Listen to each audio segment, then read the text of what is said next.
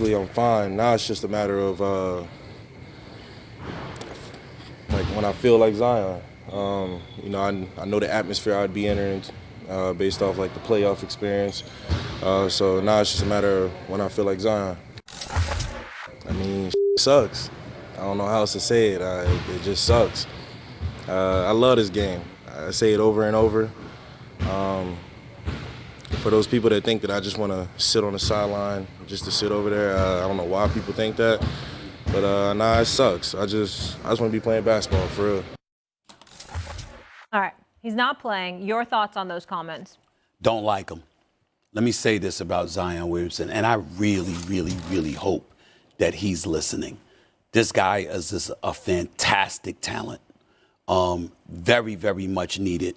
If he were in the lineup, we'd be speaking significantly more about New Orleans and what kind of noise they could make in the Western Conference. His first year, 2019, 2020, COVID, all of that stuff, played 24 out of a possible 72 games that season, I remember. Next season, he played 61. Missed all of last season. Out of 72. Out of 72, yes. Second season. That's right, yeah. Missed all of 61. Missed all of last season. Just played 29 games this year. He's missed 169 games in his career and hasn't played at least 40% of his games. You can't make a statement like, oh, when I feel like Zion. Well, players taught us a long time ago, we never feel like we're 100%. Sometimes we never feel like our fresh, completely healthy selves. He's got to get together and he's got to find a way to get back on the court, period. Because it just is starting to look very bad and it's raising suspicions everywhere. I want to respond to the initial part of those comments. Sure. Which is when he said, I don't feel like myself. And it's from someone who has had a bunch of hamstring injuries, in particular playing in the World Championships in 2003, 1900 World Championships. I popped my hamstring, full grade 3. Thought I could play in the medal round, re-aggravated it. That was in late July, early August. And I rehabbed back at Duke. But when we started training camp or preseason stuff in October, I still wasn't right. And it was that mental barrier. It was that hesitation. Mm-hmm. And so, I understand what he's saying there. Okay. Because especially with muscular injuries or back injuries, it's like that hesitation is a very real thing. The problem I have with the comments is what he said after that, which is, I just want to be playing basketball. And my question, and this would be a question to him, this would be a question to the Pelicans, has he done all of the things required to play basketball? Thank you. Honestly. And what you can talk about the rehab process. You can talk about his fitness level. All of those things. You have to do that now as a professional basketball player, asked to play hopefully 82 games. You have to do all of those things to do the thing you want to do, which is play basketball. Yeah, he has to play in this situation. You hate to get into the injury situation because then if you do, you have a J. Rodney Richard thing, had a stroke on the mound. Everybody thought he was, not trying. Pedro Martinez with the Mets, go out there and pitch. He has reconstruct. So you got to be careful. 100%. And you would know better than anybody on that. But to me, late in the year, 29 games, I feel 100%, but I'm not Zion ready. You got to go play. It's the end of the year. They got an elimination game tonight. You got to go out there and get it. 20 minutes? You can't play 20 minutes? So here's where I disagree with that, because I see that a lot. Even if you could just go out and give us 15 to 20. If he's saying he can't be himself, why would you want him out there for 15 to 20 minutes? Well, I agree with you. Why would you want him being targeted and pick and roll if he's got a hamstring? Wait a minute now. Hold on. Yeah. And I'll say this to you. I'll answer that question. I might have somebody on my squad that can go out there and give me a couple of points from the perimeter.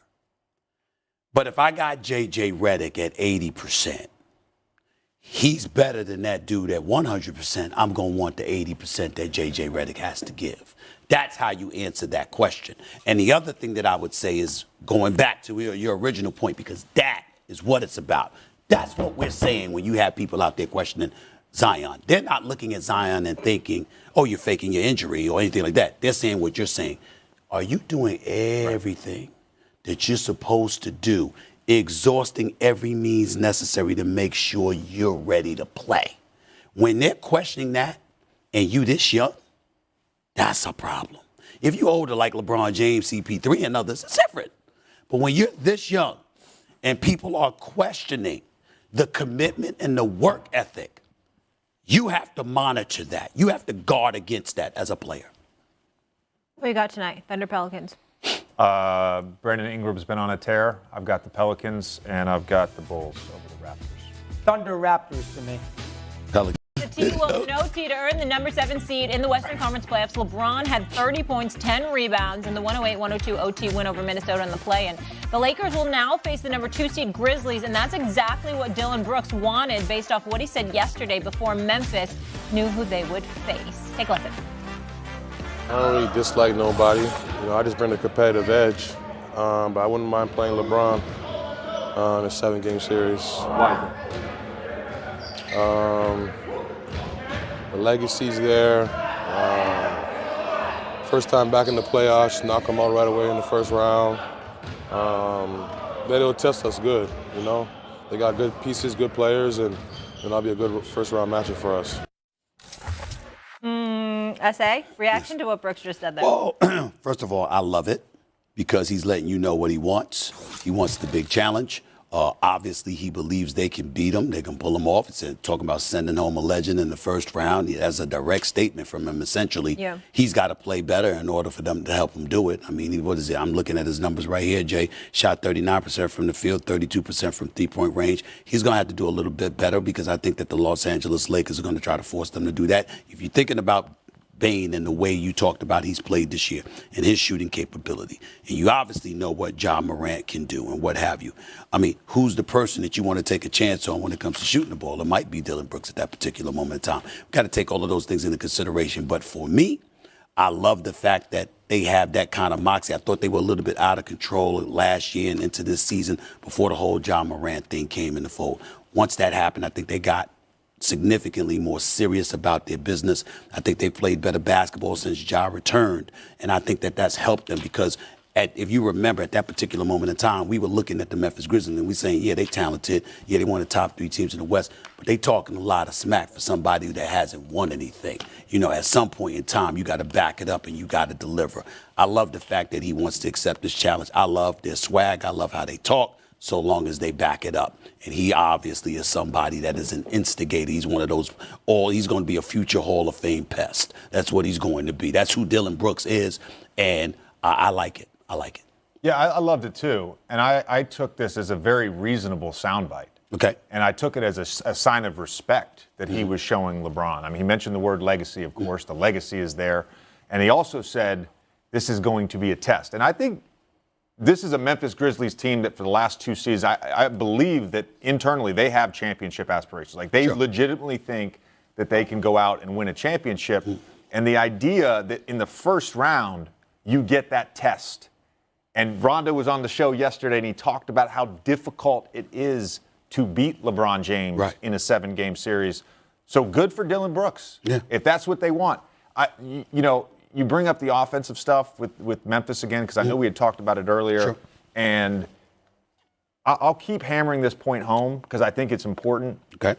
To me, the key for the Grizzlies is not how Ja Morant plays. Okay. I think Ja Morant is transcendent, and he's going to figure out a way to have an impact and be productive on the offensive end. To me, it comes down to Desmond Bane and Jaren Jackson Jr. Okay. In the half court, can those guys produce against this Lakers defense? Okay, somewhat I agree with you. First of all, Jaren Jackson Jr., definitely. But with Steven Adams and Brandon Clark out, you know that the Lakers believe AD's got to have a big series. Obviously, Jaren Jackson is prone to foul trouble. How he plays effectively, how effective he plays is going to determine a lot. No argument there. I just think that it's not just about his offensive efficiency. It's about him making sure he stays in the game. And it's that defensive presence that gives you those 3 blocks a game. You're going to need something like that against the Los Angeles Lakers from time to time. That's one. But I would tell you that I think that because of Adams and Clark's absence, I anticipate the Lakers' offense to be a bit more effective and productive because I think they're going to throw the ball aside, try to get Jaren Jackson in foul trouble, try to make things happen. As a result of that, Ja's going to need to be transcendent. I'm not saying those other players can't produce like you're saying, but I'm not going to minimize what's going to be needed from Ja Morant because I think games are going to be tight. Yeah. And you're going to need so that. you're basically saying that because of the Lakers emphasizing we're going to attack Jaren Jackson Jr. and try to get him in foul trouble with Anthony Davis, he's going to be asked to have so much defensively that's going to be on Ja to Yes. produce. Okay, that's fair. Okay. That's fair. How many technicals does Dylan Brooks have? And can he get suspended a game because he's Mr. Technical Foul? I think it resets. I